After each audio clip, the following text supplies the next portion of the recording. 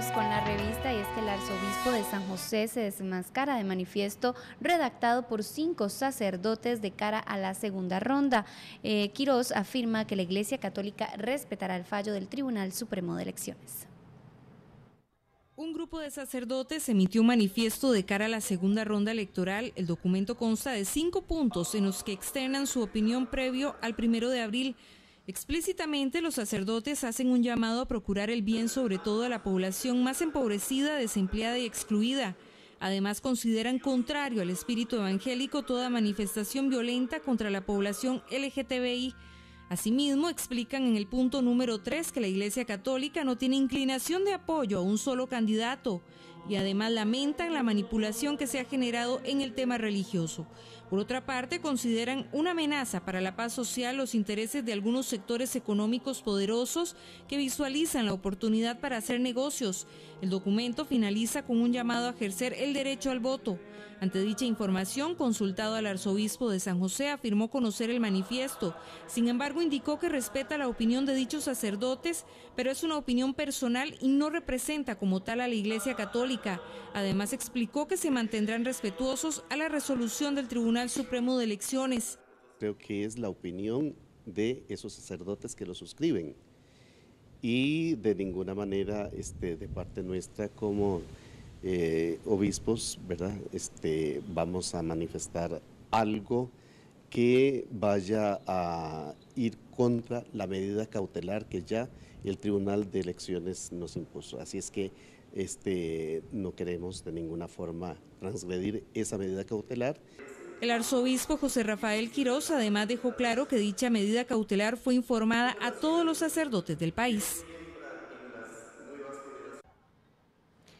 Bien, y sobre este tema, justamente ayer el candidato del Partido de Restauración Nacional, Fabricio Alvarado, se reunió con el arzobispo de San José, José Rafael Quirós, y le aseguró que, que se desmarca de las declaraciones del pastor Ronnie Chávez y que justamente esta figura, Ronnie Chávez, no formará parte de su gabinete.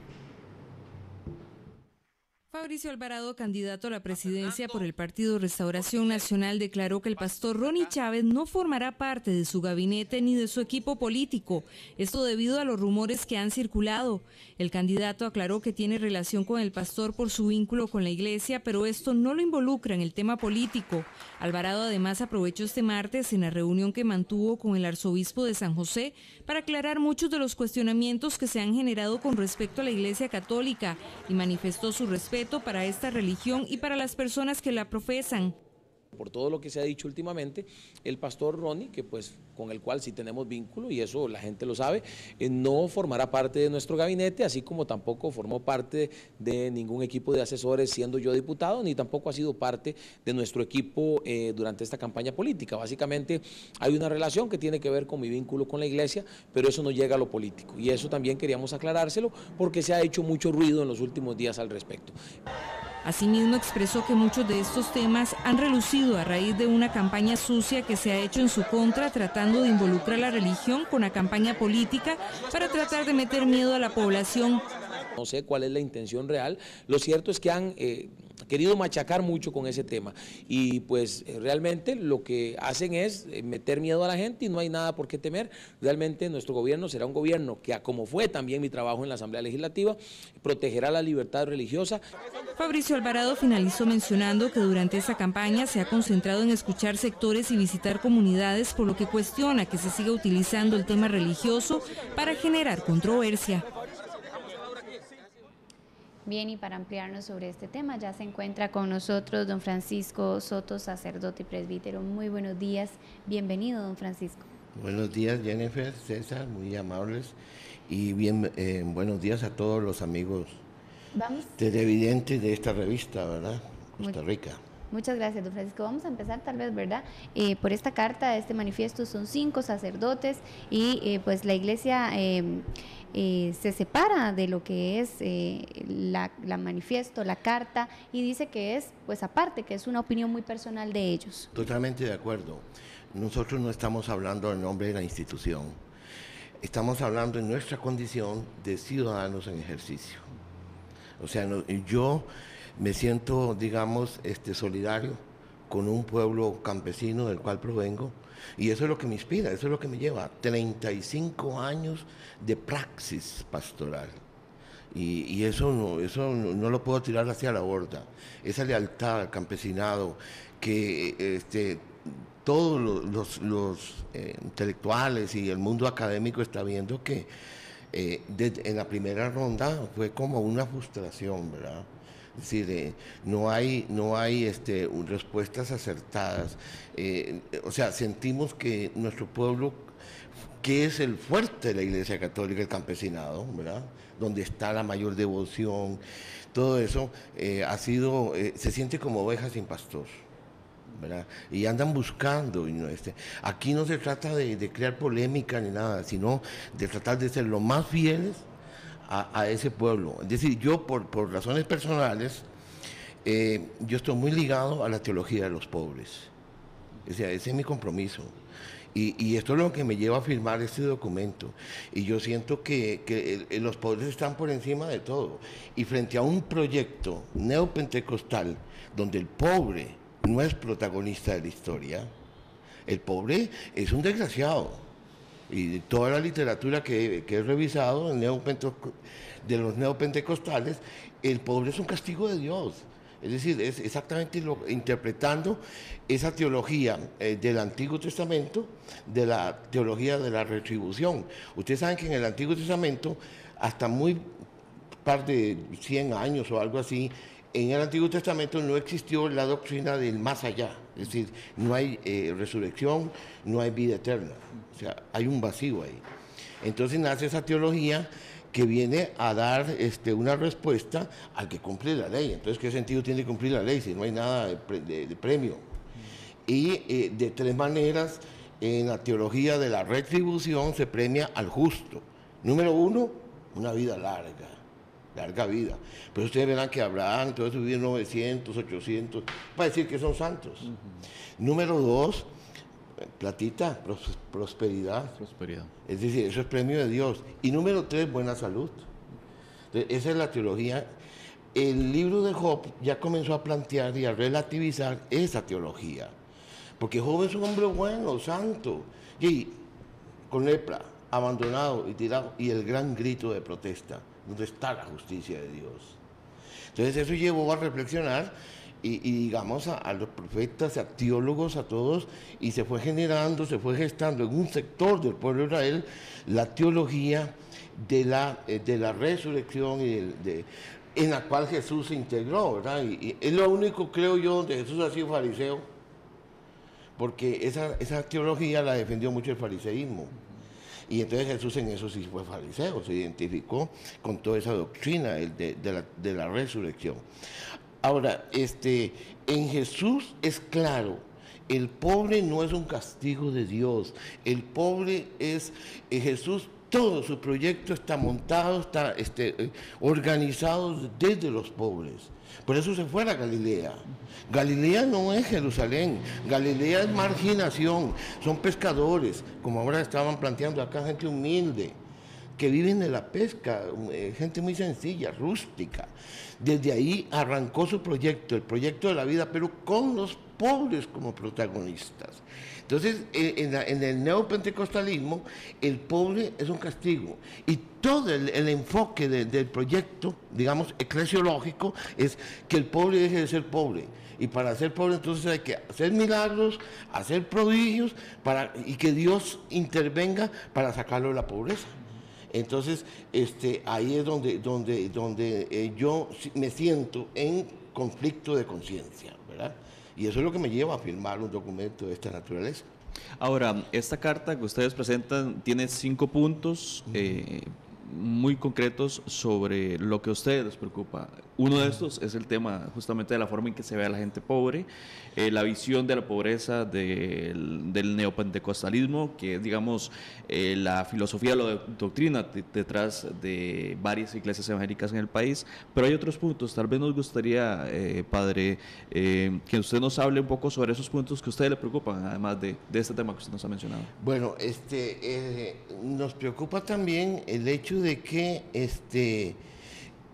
digamos, estos sectores ¿verdad? Que son, sobre todo en la periferia, ¿verdad? Eso está claro, demostrado. No hay un proyecto, digamos, social. Y nos preocupa también entonces cómo se va a llenar en cualquiera de las dos alternativas, ¿verdad? ¿Cómo se va a llenar? ¿Con qué respuestas de carácter social?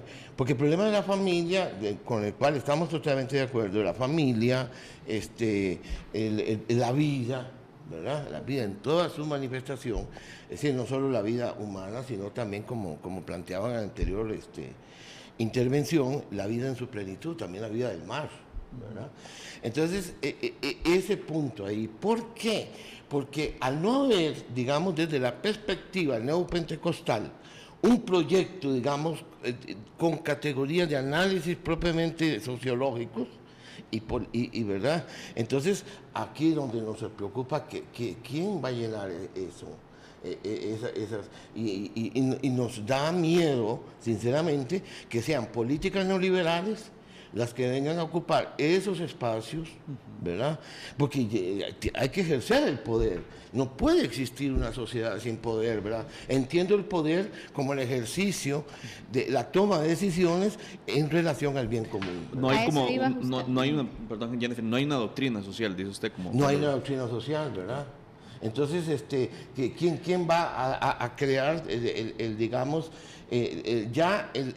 como diríamos el campesino, el huevo puesto? Entonces, ¿qué exactamente decide? Ya en educación, ¿qué es lo que quién va a asumir, quién va a tomar? Hay montones de cosas.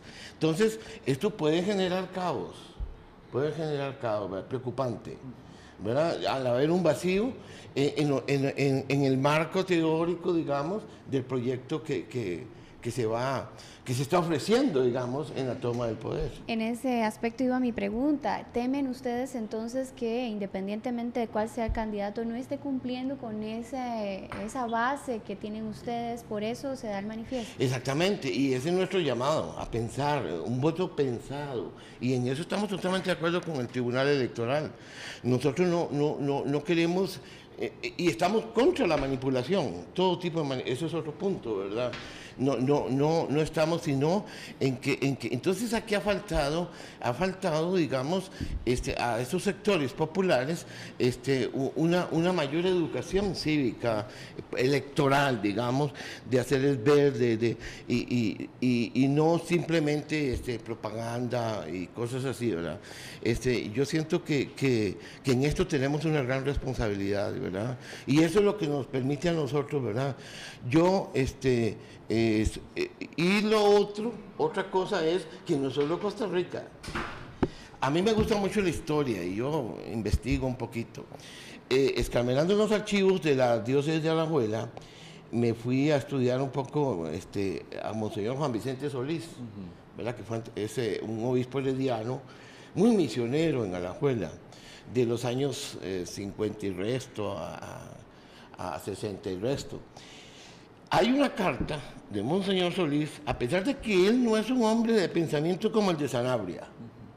Sin embargo, deja de decir Solís que le preocupa hondamente que ese viaje que hizo Rockefeller por la América Latina, ¿verdad? Un viaje de carácter multimillonario, no inofensivo, ni cultural, ni turístico, sino sociopolítico, ¿verdad? Y recomienda que para la defensa de los intereses de Estados Unidos, sobre todo ya frente a la revolución cubana y todos estos movimientos, fortalecer todos los movimientos protestantes que están más cercanos a los intereses de expansionismo de los Estados Unidos. Veamos, señor Solís, para mí fue visionario, ¿se está cumpliendo eso? ¿Verdad? Es increíble. Entonces digo, ¿cómo este señor es como una intuición profética, ¿verdad? Y hoy, por ejemplo, nosotros estamos conectados también, yo personalmente, con otros movimientos y demás, de iglesias, y no solo católicos, sino más amplios, de iglesia latinoamericana, y en el Perú este problema es bastante serio. Nos referimos al crecimiento de las iglesias neopentecostales. Exactamente, en lo que todo lo que ha pasado en Guatemala.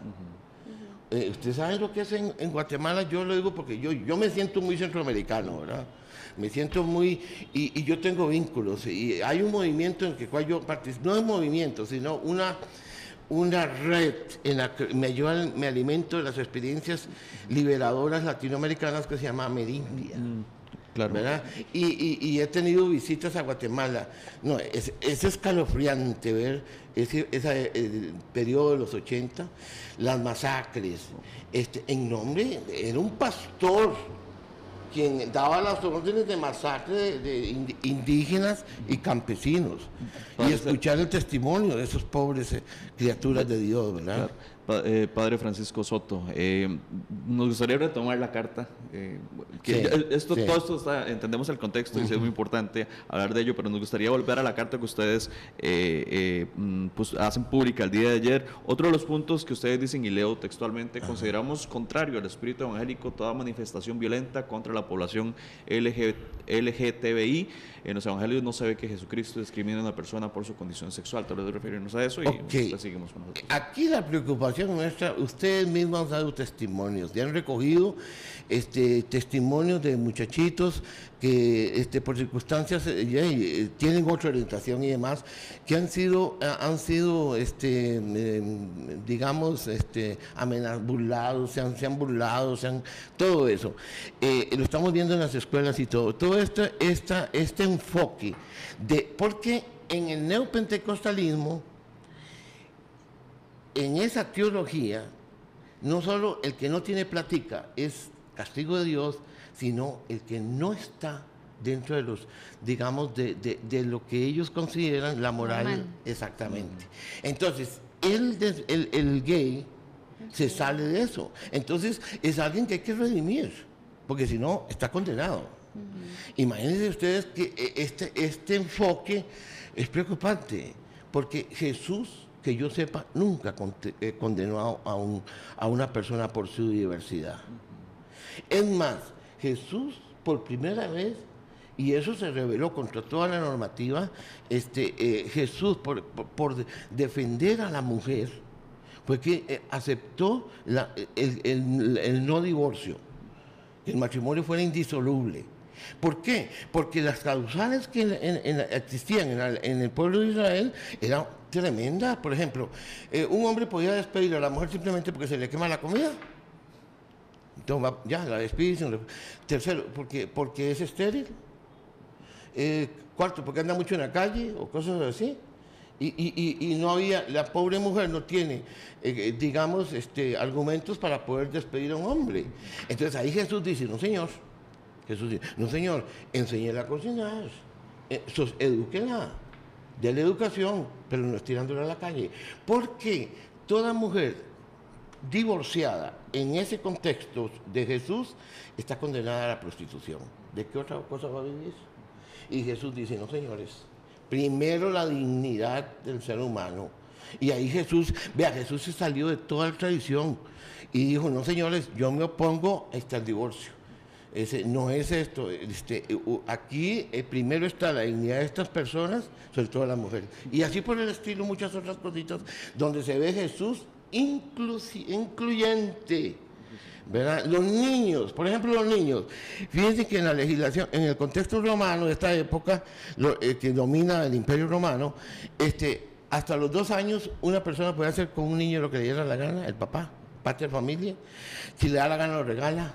Sí, incluso hasta vean ustedes que hubo esa masacre de niños, no existe penalidad, porque es una propiedad. Y Jesús dejad que los niños vengan a mí. Porque es una maravilla. Entonces, ese es un poco lo que sentimos, ¿verdad? Claro. ¿Cuál es el llamado directo que ustedes le hacen al pueblo de Costa Rica a una semana de la segunda ronda electoral? Que aquí lo que nosotros sinceramente pensamos es, piensen, no solamente, por ejemplo, estamos de acuerdo, pensamos en la familia, pero la familia no es solo sexualidad, la familia también es bienestar, la familia también es integración, la familia también es paz, la familia también, vean, por ejemplo, estamos viviendo en el Valle Central una cultura que está recibiendo cada día muchas familias campesinas, ¿verdad? esas familias campesinas llegan acá y ahí no encuentran en unos grandes moles y un de Upala llega, y ahí, ¿qué le puede decir un mola o una familita que emigró por circunstancias de Upala, de Guatuso, del sur? Entonces comienzan a ser víctimas, ¿verdad? De pequeños grupos que comienzan a cogerlos con un pensamiento así. Pero aquí es donde nosotros creemos que debe haber también, la Iglesia Católica tiene que pensar y tiene que revisar hacia lo que llamamos una pastoral urbana. Y la pastoral urbana es ya, hay que reconsiderar la distribución de parroquias. Por ejemplo, yo haría parroquia ahí, el Parque de la Merced, Braulio Carrillo, porque ahí está un montón de migrantes, no sería territorial la cosa. ¿Se ha descuidado eso por parte Exactamente, entonces ahí hay un llamado a la misma iglesia. Entonces, ¿qué sería? Hay una persona que se nombre, un pastor o un líder religioso, para acompañar a todos. Por ejemplo, ellos naturalmente se van a hacer, y hay espacios así, no hay. Entonces, nosotros pedimos al pueblo que piense mucho, ¿verdad? Yo no digo vote por este, vote por el otro. Piense, en este momento, qué es lo que más nos conviene, digamos, para el fortalecimiento de una mejor convivencia y poder seguir adelante con esos procesos también de inclusión. Miren, en las escuelas estamos viendo ese problema. El bullying, eso es una práctica de exclusión. El gordito que se burlan y la gordita y el tontico acá. Aprender a convivir, tenemos que entender que no hay una sola inteligencia matemática o lógica, que múltiples inteligencias, a respetarnos, aceptarnos, y todo eso. Yo no sé si que las personas busquen y reflexionen a ver qué es lo que más nos puede acercar más a una convivencia. Nuestro llamado es a la paz y a la convivencia. Vean, yo considero que este pueblo, Costa Rica, tiene una herencia franciscana increíble. Nuestro campesino sigue siendo franciscano. Y esa tesis del doctor Arnoldo Mora yo la comparto plenamente. En el sentido de que, por ejemplo, la Virgen de los Ángeles es una herencia franciscana. Porque en el franciscanismo el elemento dominante es la minoridad y los pobres y la naturaleza. Entonces, eso es muy del campesino, ¿verdad? Entonces, yo no sé si en un proyecto neopentecostal, por ejemplo, me preocupa si esos valores que están en el código genético, digamos, del campesino, es la paz, la convivencia, la tolerancia, la hospitalidad, que se han perdido mucho, ¿verdad?, en el campesinado. La sencillez, incluso yo veo que esa cosa que tenemos los ticos de decir poquillo, ese tico, el poquitillo, eso es parte de esa herencia franciscana, bueno, puede ser una modestia falsa, pero no sentirse grande. Decía Padre Francisco Soto, escuché a una persona ayer, que tiene relación, es teólogo, que decía, y que quisiera preguntarle si usted coincide con esto, que esta doctrina o teología de los grupos neopentecostales no es necesariamente cristiana, en cierto sentido, por algo que usted mencionaba, no se puede considerar realmente cristiana. Es decir, es un poco parecido como a los testigos de Jehová. ¿Verdad? Esos proyectos. Claro, aquí lo que hay que estudiar más a fondo es la eclesiología, el concepto de Cristo, y entonces, en el momento en que hay una exclusión del pobre como elemento de, digamos, como agente protagónico de salvación, ya yo hasta ahí llego, ¿verdad? Y yo creo que hay una tradición, ese es el punto, porque vean, siglo XIX estuvimos en una situación parecida a esta, con todo lo que fue, digamos, no el neoliberalismo, era el liberalismo puro en ese entonces, con la masonería. ¿Quién fue lo que se atacó en ese siglo 1880 y resto? La familia costarricense, en el sentido de que se introdujo el divorcio, que en ese contexto se introdujo el matrimonio civil, se prohibió la enseñanza religiosa en las escuelas y colegios, y ahí estaba el fuerte, digamos, de la transmisión de valores de familia. Sin embargo, vean qué interesante, en eso somos muy positivos. Sin embargo, esa familia fue la que salvó la fe cristiana en Costa Rica. No fue el neopentecostalismo. Fue la familia calladita, humilde.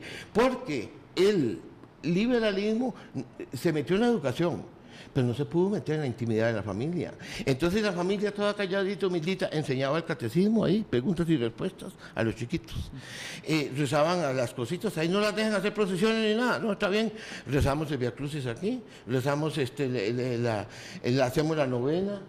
Esa fe, gracias a Dios. O sea, eso es lo que nos preocupa y eso lo que estamos proclamando es démosle protagonismo a la familia, sobre todo a la familia campesina, porque aquí yo veo, incluso critico mucho, como desde el punto de vista eclesiástico, un arquidiocentrismo eclesial.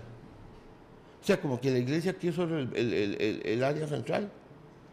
Y hay que descubrir, admiro, llevo en el corazón una figura como Coto Monje en Limón, ¿verdad? Que se salió de ese arquidiocentrismo, que caminó con los obreros, que caminó con los bananeros, que se retiró a las plantaciones, que me explico, Alfonso Coto Monje. Padre Francisco, ¿siente usted que la conferencia episcopal, los obispos deberían pronunciarse un poco más amplio sobre estas preocupaciones que ustedes plantean en esta carta? Y yo no estoy descubriendo el mundo, César. Eso ya lo hizo Monseñor Sanabria, ya lo hizo Monseñor Til, ¿verdad? Ya lo hicieron. Hay un, para usar términos sociológicos, hay un capital eclesial ya establecido, que hemos abandonado. Entonces, ahí es donde yo veo que se nos ha ido el liderazgo. Está tomando mayor distancia la iglesia. Exactamente, se está distanciando. Cosa que, y por eso yo veo aquí, yo no sé, esto es lo que tenemos que recuperar. Verá, por ejemplo, hay un pronunciamiento ahí de laicos del occidente, bueno, lo firman en San Ramón, y ellos, el gran reclamo que están haciendo a la conferencia episcopal es, recuperemos a Sanabria, recuperemos, y sobre todo porque Sanabria recoge mucho a Til, o sea, sin Til, Sanabria no sería lo que fue. Señor Sanabria. Es la primera vez que está pasando este distanciamiento que usted menciona de la iglesia. Comenzó un poquito, este distanciamiento comenzó un poquito ya en la fase final de Monseñor Arrieta. Pero vea, todavía con Monseñor Arrieta lo que yo llamo existió una escuela sanabrina. En esa escuela sanabrina, incluso yo pongo a don Rodrigo Carazo, porque Rodrigo Carazo, como buen Cartago, interpretó excelente a Monseñor Sanabria en el sentido de que se enfrentó al Fondo Monetario, al Banco Mundial, qué sé yo, para defender la vida familiar. Pongo también a Armando Alfaro, y Armando Alfaro fue un elemento muy importante dentro de la iglesia porque fue el intermediario. Las huelgas y todo, tal vez él representaba al arzobispo. Y entonces la iglesia tenía un protagonismo, era negociadora. Me explico, esa ausencia es la que nos preocupa. Muchísimas gracias, gracias a Francisco Soto, sacerdote católico de Alajuela. Muchas gracias, César y Jennifer, ¿verdad? Jennifer. Arrieros somos y en el camino nos vemos, dice el dicho campesino, ¿verdad? Gracias, muy amable por su tiempo.